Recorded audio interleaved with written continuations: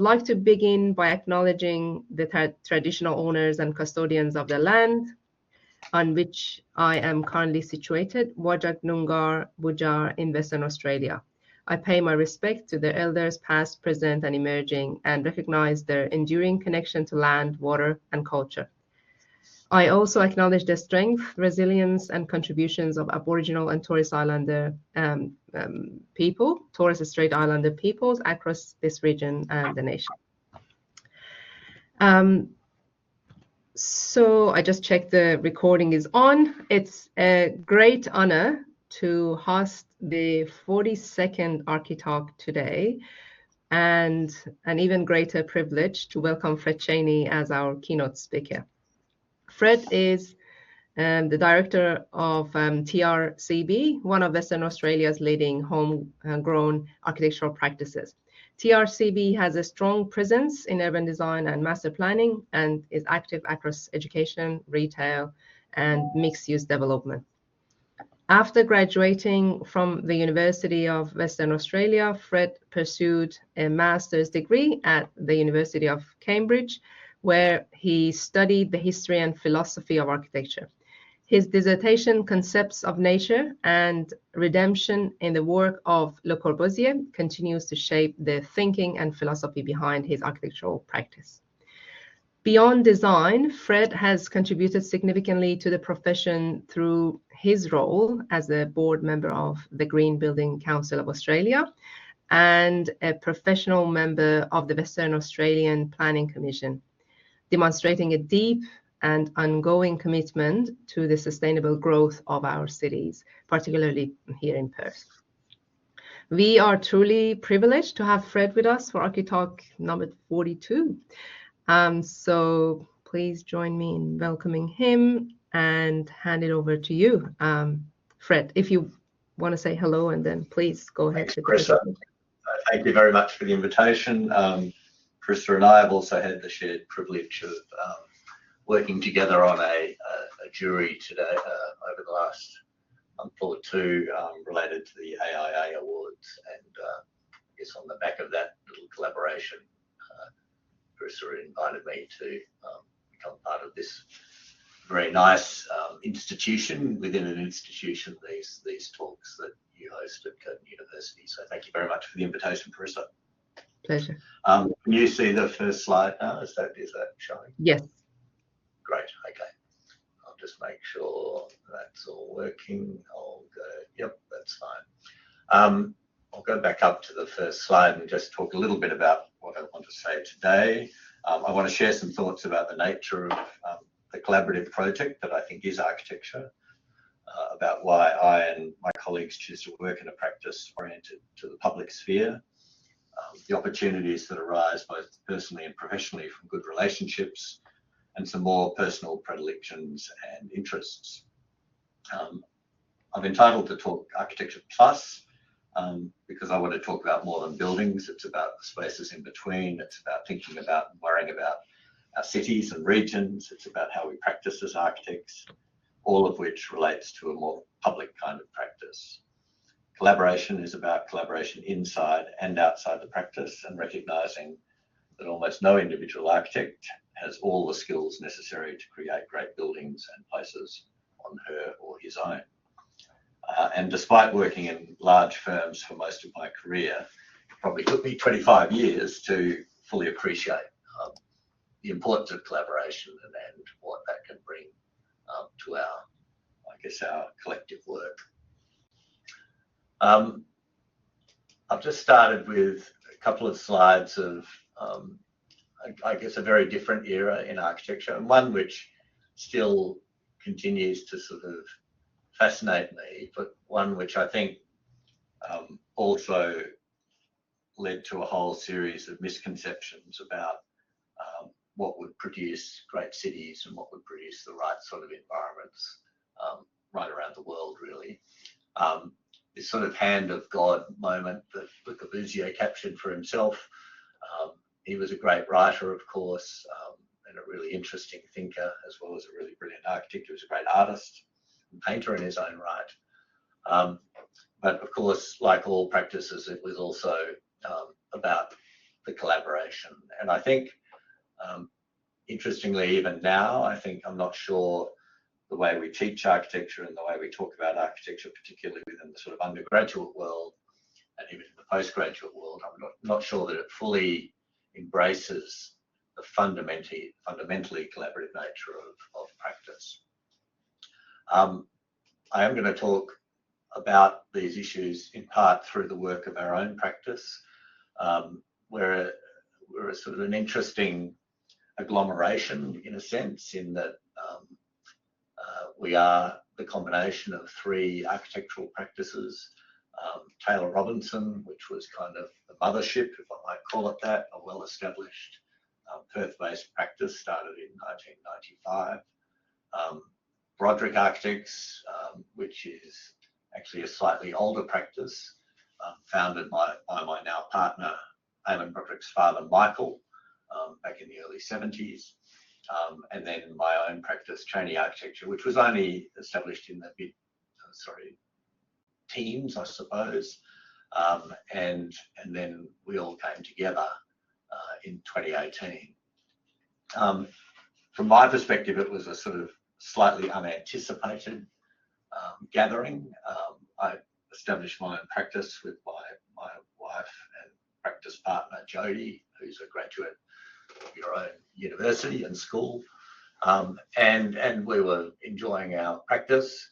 And then I received an approach pretty much out of the blue from Graham Taylor, one of the founding directors of Taylor Robinson, who just said he wanted to have a chat. And we did have a conversation. We drank a bit of wine together, and towards the end of a very long conversation, I asked Graham why we were meeting. And he said, well, I'm meeting because we're really keen for you to join our practice. And it turned out that they'd also been speaking to Eamon at the same time. It was a really interesting proposal. I think I'd had a half conversation with them, perhaps 4 or 5 years before that. And we probably spent a year exploring the idea and testing the idea. I was really keen for us to make sure that we could be as confident as we could that it was all going to work. And we also involved external moderators to sort of help test the concept. Anyway, after about a year of discussions, we formed an incredibly complicated name of a practice, Taylor Robinson Chaney Broderick, because we wanted to signal, I guess, to our clients that we had come together. Neil Turner, a local graphic designer, came up with this very elegant solution to a very long and complicated brand name, and then a few years later we became TRCB.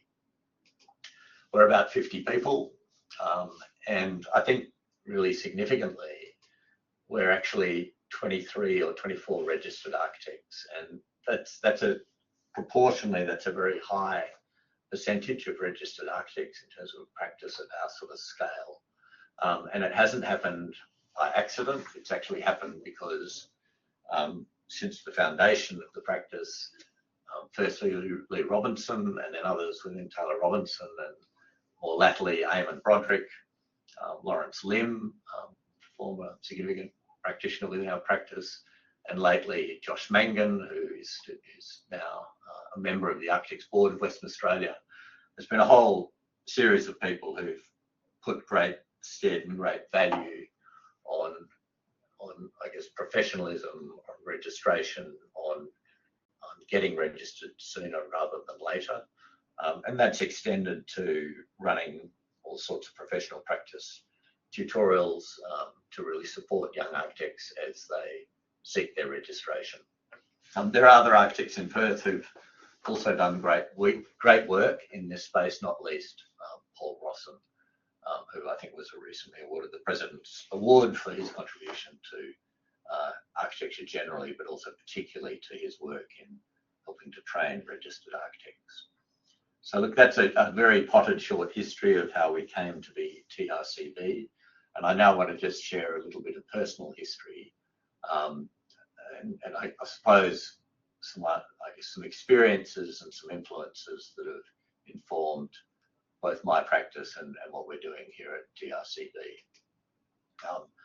This is what I hope is a sort of useful diagram of, I guess, some of my travels and experiences particularly as a younger architect and more recently. I graduated from UWA and I got particularly excited about a dissertation project I did in 5th year, and in a funny kind of way didn't want to stop architecture school or finish architecture school when I came to the end of my degree after 5 years at UWA. So I immediately began exploring opportunities for overseas study and chased every scholarship under the sun, and after lots of attempts and lots of disappointments, ultimately secured a fantastic scholarship through the University of Western Australia, which I think is still running, I think called the Glenn Fellowship, which enabled me to study overseas. I was at the time teaching with Charlie Mann, a really wonderful academic and architectural teacher and mentor at UWA, and I had my eyes set on Columbia University in New York, but he suggested I head off to Cambridge University, which is exactly what I did. I then spent a couple of years practicing in England. I came back to Perth and then went and spent more than a decade in Melbourne before returning to Perth to practice. And I'll touch on some of those experiences as I step through this. As an undergraduate and a graduate, I kind of explored, I guess I was really interested in a bunch of ideas, and a big part of that was some opportunities to travel overseas and to look at really significant, I guess, architecture, mostly in Europe initially. And one of my really early experiences was visiting the Pompidou Centre in I managed to travel to France, I think at the end of my first year of study, and that building was an absolute revelation to me.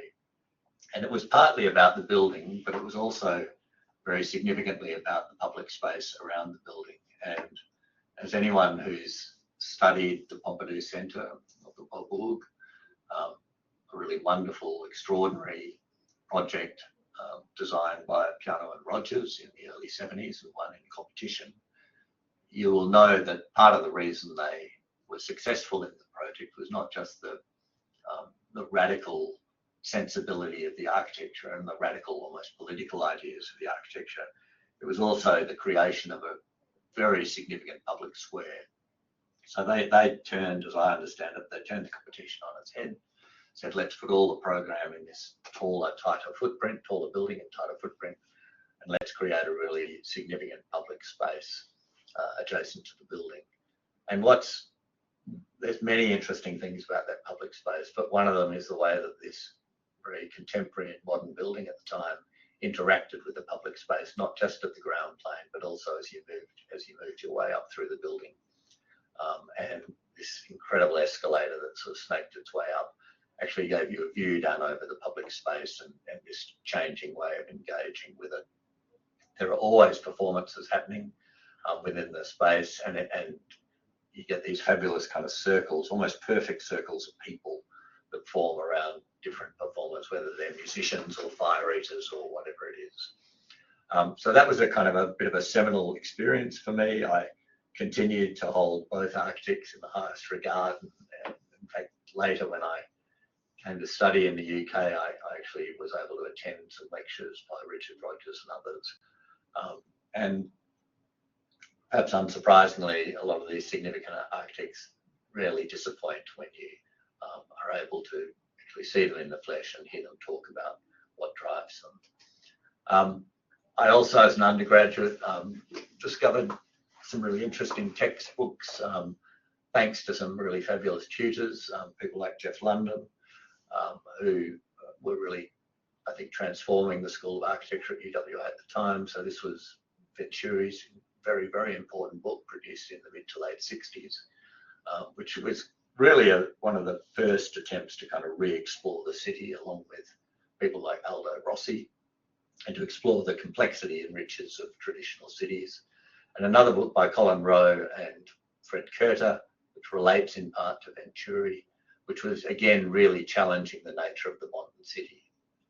Around the same time, I discovered the work of Frank Gehry, and I was really, this is his sort of mid-career work. This is the School of Law, the Loyola School of Law in Los Angeles, which I think built on, undoubtedly was influenced by Venturi, undoubtedly was influenced by, I think, people like Curter and Rowe, but was also part of a whole new way of thinking about architecture in a sort of more postmodernist sense.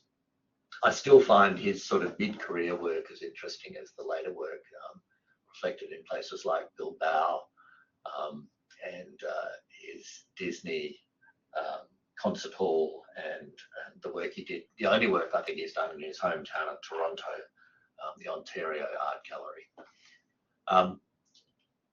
I secured, as I mentioned earlier, an opportunity to study at Cambridge University, and this is a really interesting little building that houses the School of Architecture at Cambridge. It was the architect for this building is a guy called Colin St. John Wilson, who was a professor of architecture at the time. He was a professor there, I think, for 20 or 30 years, and a very significant British architect of the Brutalist era. It's a tiny little building, this, but it was a beautiful building to learn in, and I had the opportunity to revisit it just earlier this year, having not been back to Cambridge for over 30 years. And it's still, these are photographs I took just a few months ago. It really continues to perform really well, I think, and it's still, and I think there's a whole lot of really interesting architectural principles in behind it. At Cambridge, I came under the sway, I can't really put it any other way, of an interesting American academic called Peter Carl, who was a real kind of an expert and student of Le Corbusier, and he convinced me to undertake my dissertation through the exploration of some of Le Corbusier's early work. And I wrote a 20,000-word dissertation on an unbuilt work, the Villa Maya, which was a sort of pretty significant house that Le Corbusier designed in suburban Paris, never realised, but full of really rich ideas. Much later, I discovered that Le Corbusier himself opened the little building. He actually was invited to open Wilson's building at Cambridge in 1959. I think what's interesting about all this is, as a young person, you look back and you think, well, that was a long time ago. But in fact, it was only sort of 30 odd years before I was studying there. So in a sense, not so disconnected from my own experience there. One interesting thing about this photograph is it looks like Le Corbusier took to the walls of the building. I don't know whether they set up a special canvas for him, but it looks like he did explain some of his ideas perhaps through some of his own artwork. I suspect that was done at the opening itself. As I say, as an undergraduate, I was interested in public space, and some of that came out of not just architecture, but also reading. I've always been interested in the more popular press in architecture and architects who engage with the public in a more direct way. Ada Louise Huxtable was one of the really brilliant American journalists in the sort of latter part of the 20th century, wrote for the New York Times for years.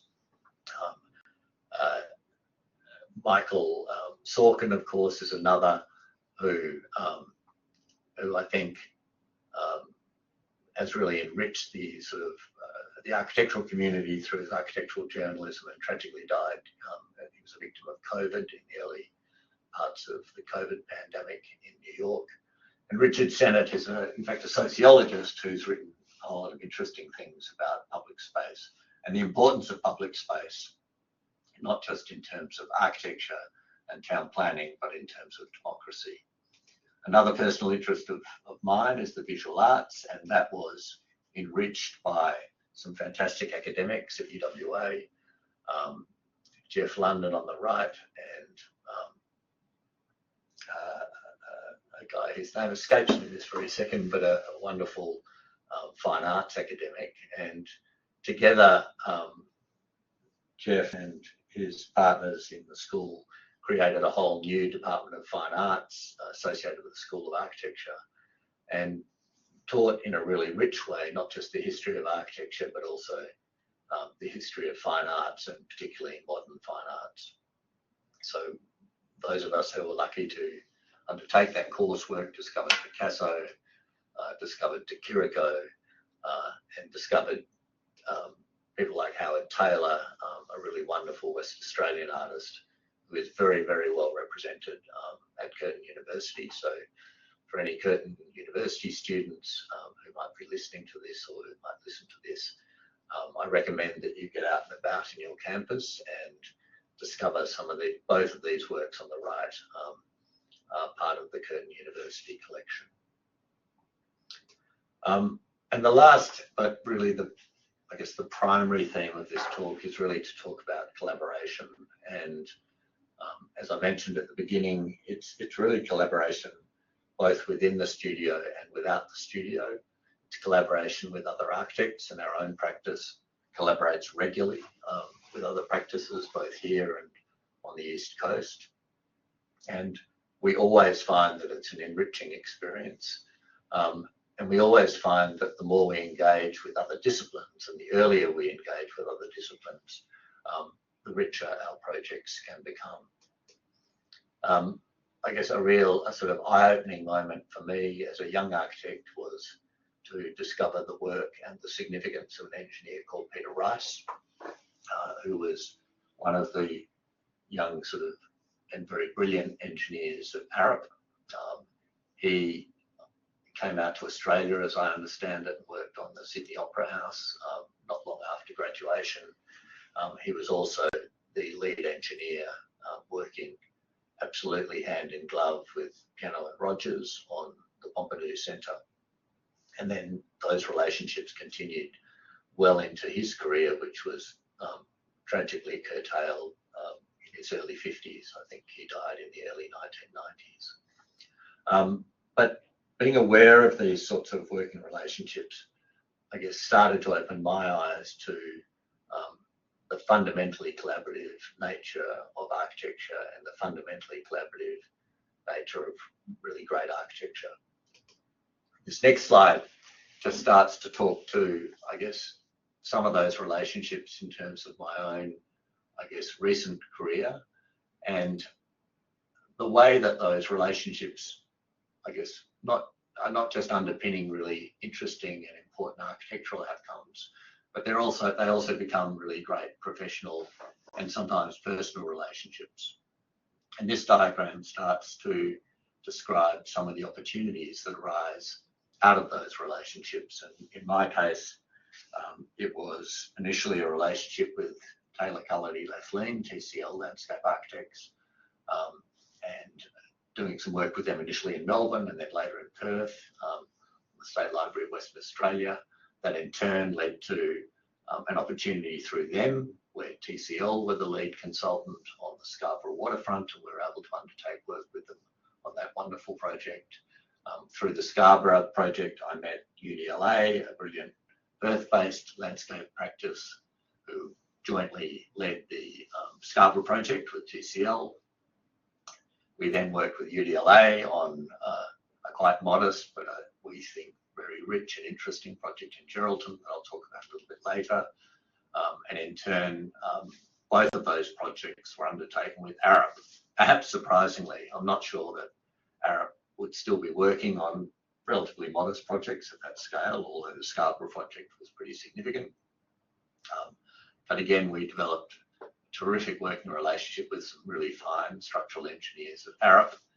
And a few years later, Arup then presented us with Woods Bagot with an opportunity to work with them on the Morley-Ellenbrook line. So a project of really great scale and significance. And in turn, that has led to other opportunities. So it's simply to say that I suppose not only are these cross-disciplinary relationships important and enabling in terms of really great architectural outcomes, but they're also really great professional opportunities, and they're great opportunities to form significant friendships. I now just want to run through a couple of other key themes before I get into some project work. The cafe is a really interesting little, I think, almost laboratory for human behaviour. And I've worked with some wonderful architects throughout my career. I spent 10 years with the Cox practice in Melbourne, working with one of the really great talents I think that I've crossed over with, a guy called Patrick Ness, who's one of the senior people at Cox Architecture. And Patrick always had a great way of engaging young architects in thinking about architecture and thinking about the fundamental human aspects of architecture. And he always used the analogy or the example or the anecdote of where someone chooses to sit in a cafe. And as he rightly points out to every young architect, he says, you don't choose to sit in the middle of the space. You always go to the edge where you feel comfortable. And it's just one example of, I guess, really starting to think through what it is that makes people tick, and then how in turn you can design buildings and design places to suit the fundamental psychology of being human. It's that question of where do you feel comfortable? What is it that's going to make you feel good? What is it that's going to make you want to occupy that space? And I've just got a little note here relating to hospitality spaces and retail, because another really talented architect I've had the privilege of working with recently is Graham Taylor, one of our founding directors at TRCB. And Graham really built a really strong retail practice on the back, I think, of some really terrific hospitality work. He and others were the architects for the original garden project at the Leederville. He did a whole lot of what were really the best pubs in Perth over many years. And I have tried to unpick, I guess, what has made Graham a very successful retail architect and made our practice successful in retail. And I think it is in part a grounding in really understanding human experience, really understanding what makes for comfortable spaces and engaging spaces. And a lot of that was built in the hospitality work. So I'll now run through some of our work over the last, I guess, within the last decade or so. And the emphasis is very much on public projects. And I wanted to talk about public projects because it is a really key orientation of our practice. And I think it's, in a sense, what we think makes a difference, or where we feel we can make a difference.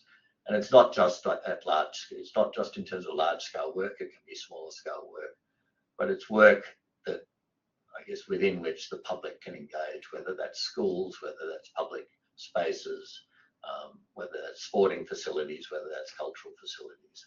And borrowing from OMA and that wonderful kind of conceptual idea of small, medium, large, extra large, we've attempted to group some of our projects in that sense. The first is, I guess, one of the most modest projects that any of us have worked on in the last decade or so, but for me, one of the really satisfying projects of the past decade. It arose out of a friendship with a local Noongar artist, Rod Garlett. I actually bought one of his paintings probably more than a decade ago. A really interesting work. This one, the name of this work is Beneath My City, Beneath Our City Lies My Ancestors' Land. And Rod and I formed a friendship on the back of the acquisition of this really interesting painting. And at the time he said to me, I'd really love to do a public artwork. And the reason he wanted to do a public artwork is that he didn't feel that the Noongar people were represented, particularly in the Perth CBD. He'd explored the CBD and hadn't found anything that actually celebrated and acknowledged his people and his culture. And within, I think within only a year or two of that conversation, an opportunity arose for us to bid for a public art project in the King's Square development off Wellington Street in Perth. And we were successful in winning that tender and then in developing the concept of the Gordon sculptures.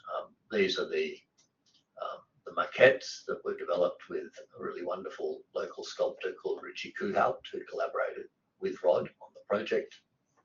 We collaborated as well in terms of, I guess, developing the concept. We effectively project managed it, but also played a role in the conceptualization of, and I guess the clarification of what Rod was trying to achieve.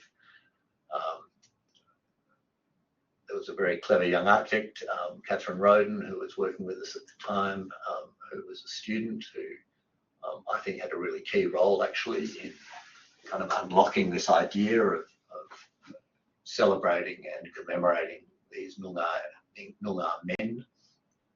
At one point they were called the sort of Noongar kings, and they drew on, the figures actually draw on some actual historical figures who gathered together around the time of Federation to represent the Noongar tribes around the time of around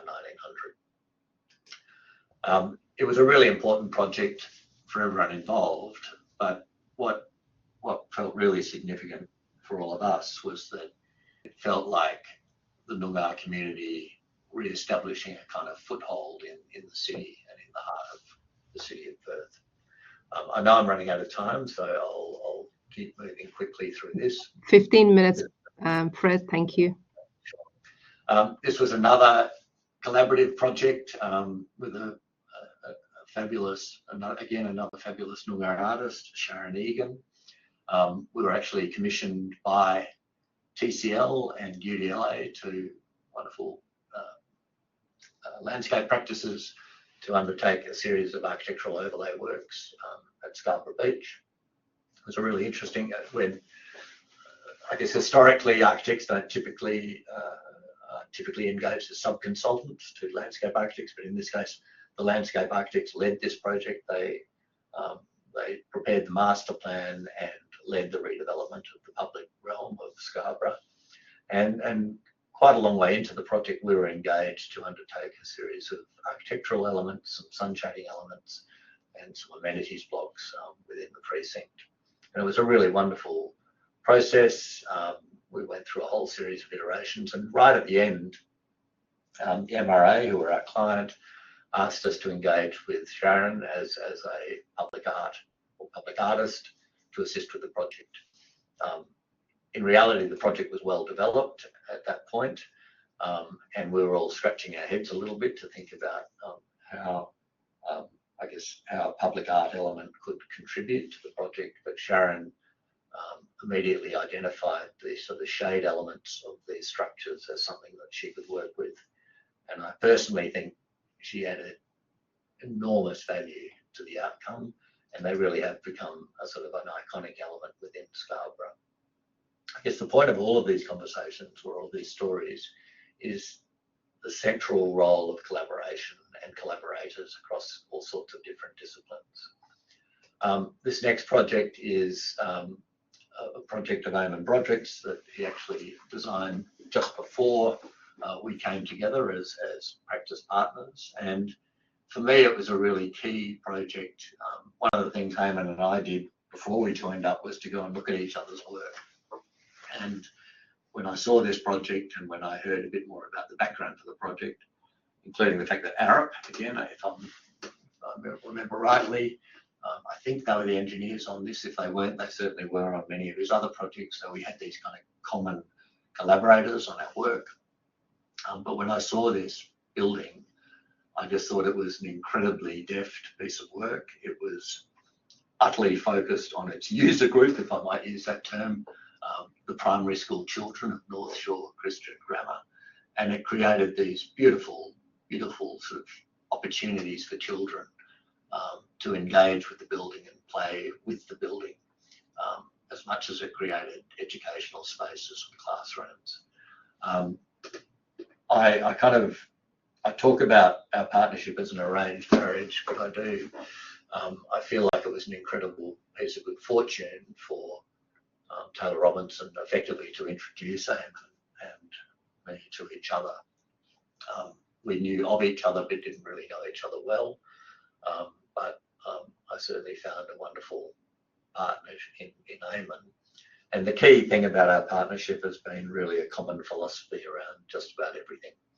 We don't seem to disagree about too much. We have different skills, and I think quite complementary skills, I hope, but we rarely disagree on anything.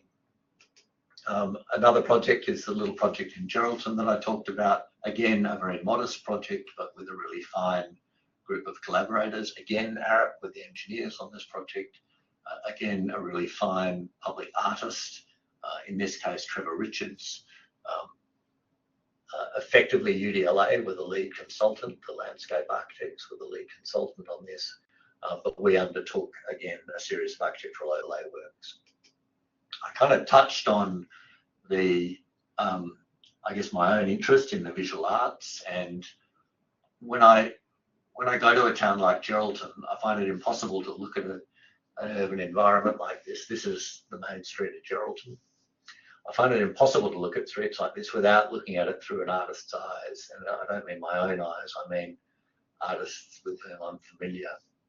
It was a very interesting book written in the 50s or 60s by a British art critic called John Berger called Ways of Seeing. And I think artists sometimes bring a different way of art, a different way of seeing that we as architects can learn from. And this quite painterly image is actually just a back block of Geraldton adjacent to part of this project. And for me, the work of artists like Jeffrey Smart create a whole different way of looking at those sort of quite gritty urban environments. And interestingly, when I started thinking about Jeffrey Smart and Geraldton and exploring Geraldton, we even found elements of Geraldton that are actually repeated in some of the paintings of Jeffrey Smart. Again, completely coincidental, but it just gave us a different way, a different lens of looking, a different lens through which we could look at the city, look at the town centre, and start to create spaces that I don't think are necessarily unfriendly, but they can have a kind of peculiarity to them and a beauty to them that we might not appreciate or might not be able to create without that artistic lens. We also had a fabulous client. There's an adage called great clients make for great projects, and it's an absolute truism of architecture. In this case, there was a site that was formerly occupied by a really beautiful two-storey sandstone building that once accommodated the Geraldton Post Office. Sadly, Australia Post decided to sell it, or at least knock it down at some point. So in the late 70s, it was demolished. It left a strange little hole in the main street. And when we started this project, this wasn't part of our brief, but we came back to the city and said, look, there's this funny little leftover space. Let's do something with it. Let's create a more shaded space. And let's commemorate that fabulous building that was here once. And so we borrowed from all sorts of projects. There's a really interesting early Robert Venturi project where he kind of commemorated Ben Franklin's own house, I think in Philadelphia, if my memory serves me right, in a similarly kind of abstracted way. And we called what was once the post office site the Ghost Office. And again, it created a new kind of destination and landmark in the town of Geraldton. There's an image that's out of kilter, a few images, sorry, are out of kilter here. These are some of Eamon's North Shore School. I'll just touch now on a much more recent project for John 23rd College that we completed a couple of years ago. And again, this is really about, I guess, a really urban kind of approach to a school. Our initial commission with the school was to create a master plan for the whole campus, and out of that master plan came a complete rethinking of the way the school was oriented, about where its primary address was, and how people arrived at the school. And so out of that rethinking of the master plan and rethinking of the campus, the school decided to relocate its administration building to where we all agreed was the sort of logical entry point to the campus. We created a new link through to the heart of the campus, and a really fabulous space to gather staff together. Again, it's really about, I suppose, thinking more expansively about the immediate, the immediate task or the immediate brief, and seeing what else we can do about it. This next little project is, again, a relatively modest retail project that we completed in Ellenbrook just a couple of years ago, and its official sort of title in terms of retail speak is a neighbourhood centre. So it contains a supermarket, it contains a few specialty stores, it contains a little bit of food, hospitality outlets. And what we love about this project is that we think it draws in a really interesting way on the heritage of the Swan Valley in which it's located. It's clever in terms of its use of materials and I guess the working of what's always a really tight set of budgetary constraints on a project like this. And it also creates an urban environment which is at once familiar and not. Again, you might even see in this next slide some qualities that we also sort of drew on and valued in a place like Geraldton. So it's actually identifying beauty where you might not see beauty. And in this case, this is kind of the back of the centre, but through understanding the opportunity around urban design and placemaking and utilising really raw materials, you can create something that feels quite special and perhaps a little bit surprising in terms of a short suburban shopping centre. It kind of reminded me of Dikiriko. I had no particular role in this project, but our lead design architect on this job, Erica Zaino, has Italian heritage. She studied in Venice, and I think it's not entirely coincidental that this building has some of those qualities that are in some ways similar to those strange surrealist paintings of Dikiriko that I alluded to earlier. Again, it's not trying to overplay those artistic kind of connections and relationships, but it is suggesting that there are ways of thinking about architecture that can be enriched through some of those different ways of looking at urban space. I mean, ultimately, what's really important about a project like this is that it's creating a public place. The brief for a neighbourhood shopping centre is not necessarily to do that. The brief is to create ease of access to a series of shops. It's to create ease of access to a supermarket and to get all of those operational things right. But in this case, I think through some really deft work by our project team, which included Graham Taylor and Erica Zaino, and again, some really great landscape overlay work, we created a series of terrific public spaces. This is a work by a similar team in Mount Lawley, again working with the sort of back end of some really beautiful buildings, the Alexander buildings in Mount Lawley, but again creating a really rich little public space, a space that would benefit the operators of various food and drink outlets that are located within this building.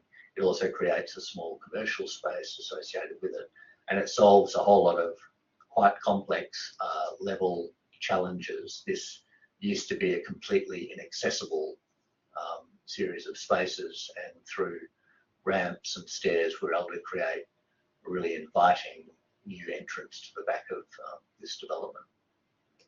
I'm nearly there, Carissa. Finally, just a couple of larger scale planning projects. We were fortunate to be appointed as the master planner of the Perth Cultural Centre around the time of COVID.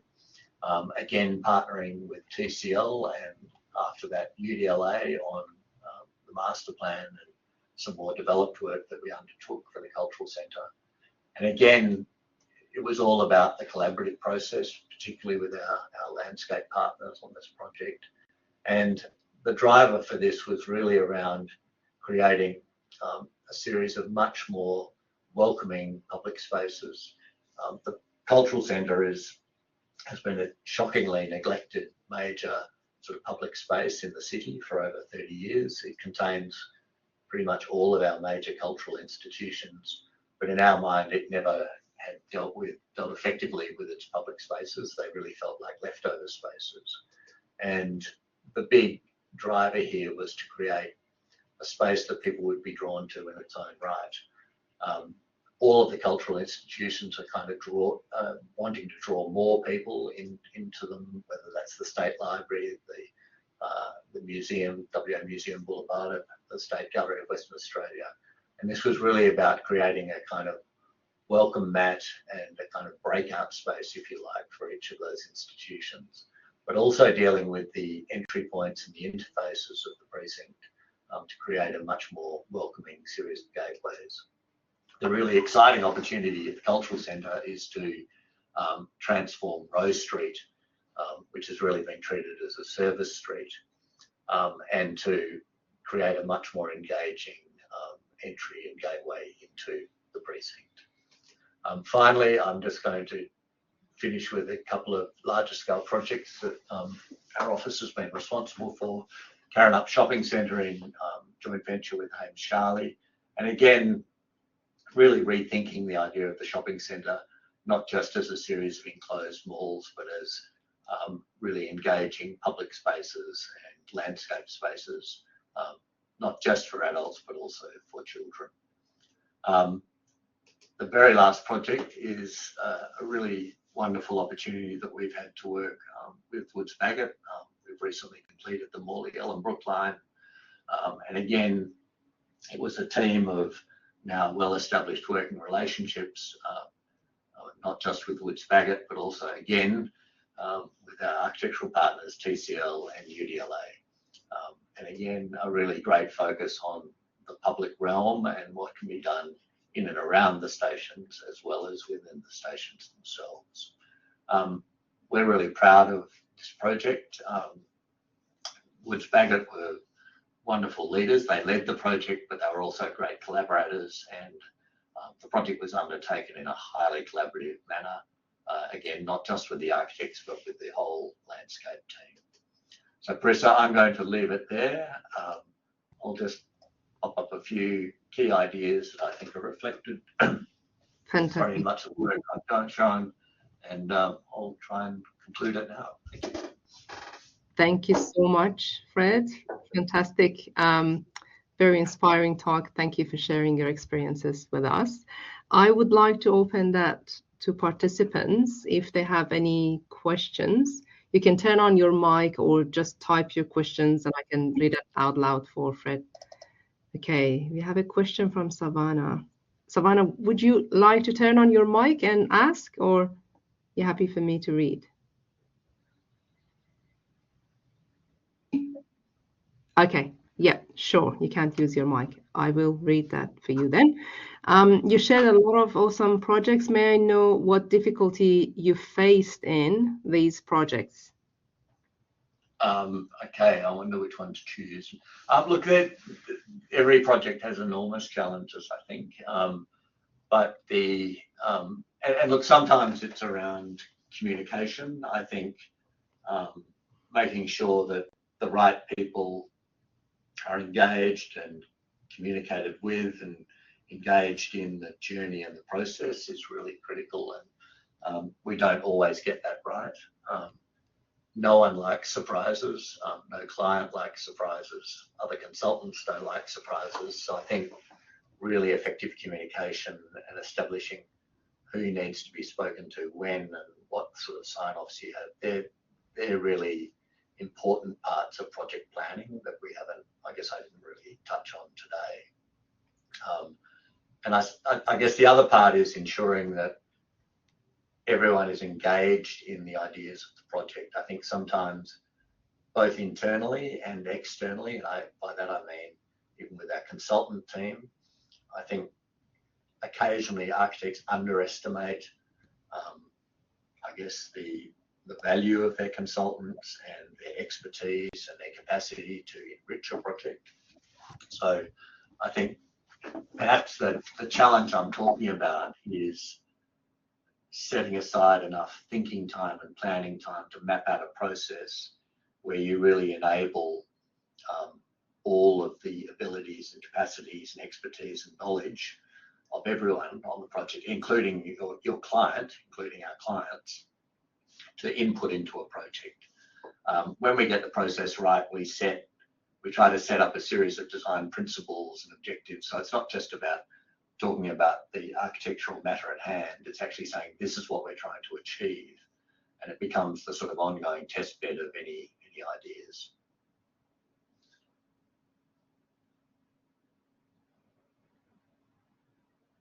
Fantastic. Thank you, Fred. Stephen, briefly, how do you view the role of AI in today's architectural field, coming from a long-established traditional architectural learning process?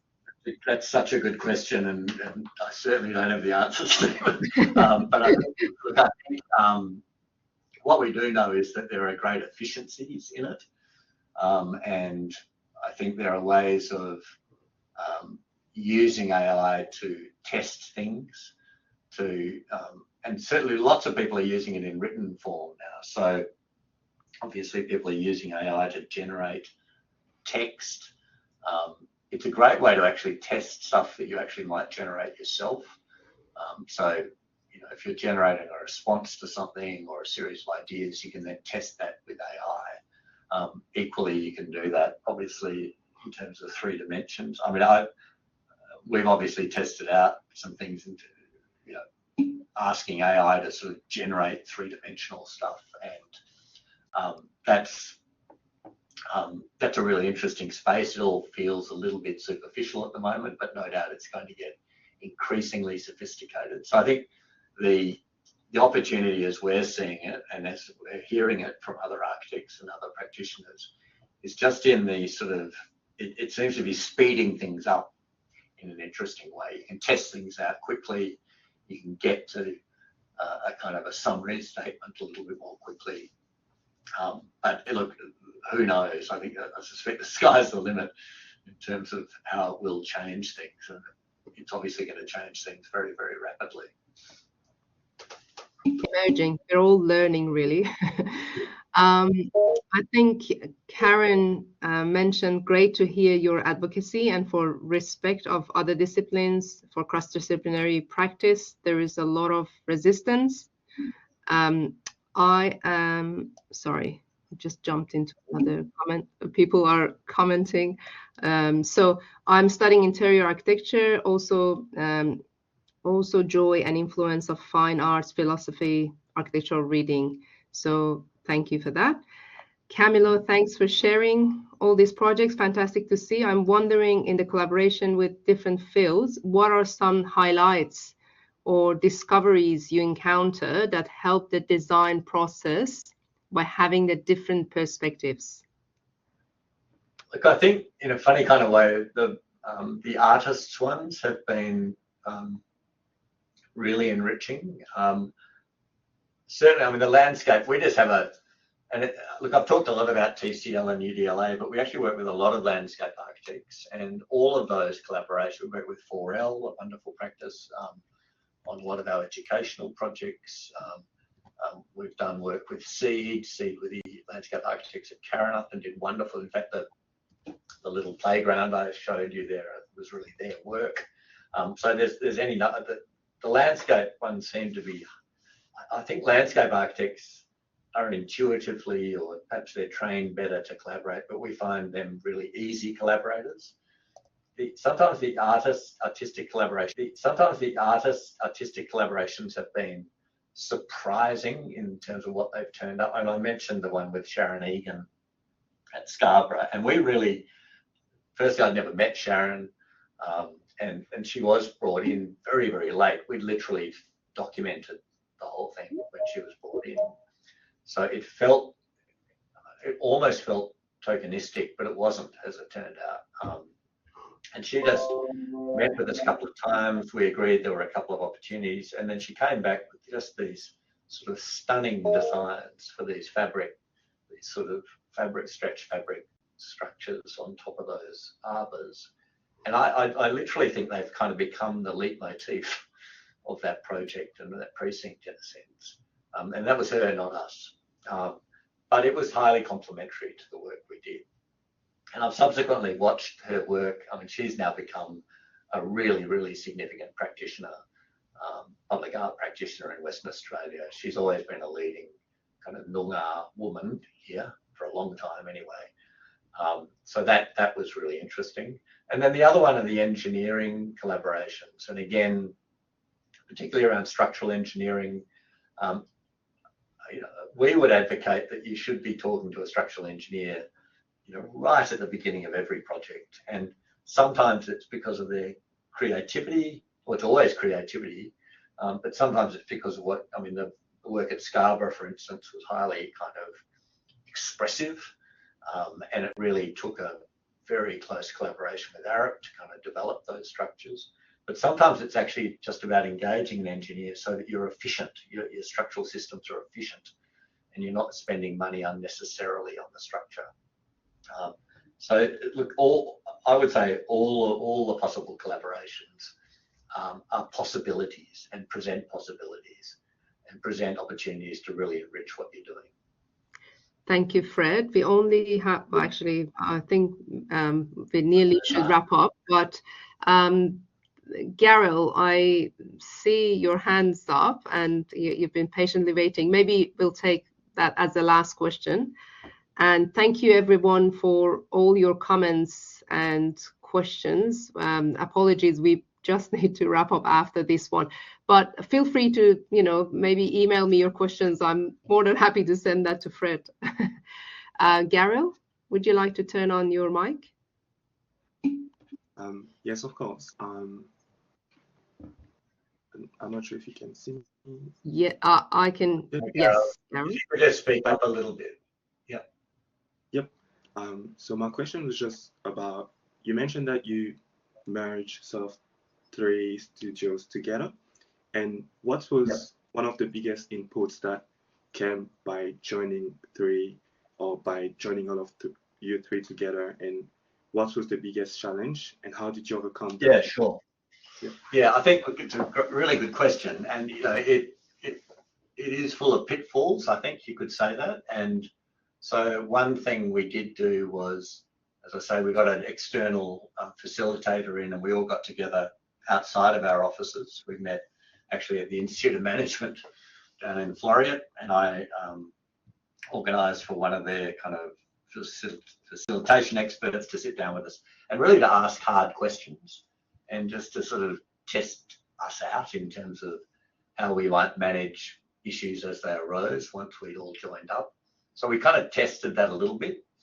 I think we're all pretty good communicators, so we sort of were able to navigate our way through things. That all of us brought slightly different ways of practicing and approaches to design to the table, and that had its challenges, but it's also really enriching. I mean, it's nice. I'm about to turn 60, and I still feel like I'm learning a lot. And I learned a lot from Lee Robinson. I learned a lot from Graham Taylor. And I continue to learn a lot from my partner, Eamon, and many of my colleagues here at TRCB. So I think being open to learning is really critical. And the other thing we have done, Garel, is we've worked pretty hard and continue to work on what our process is. How do we go about design?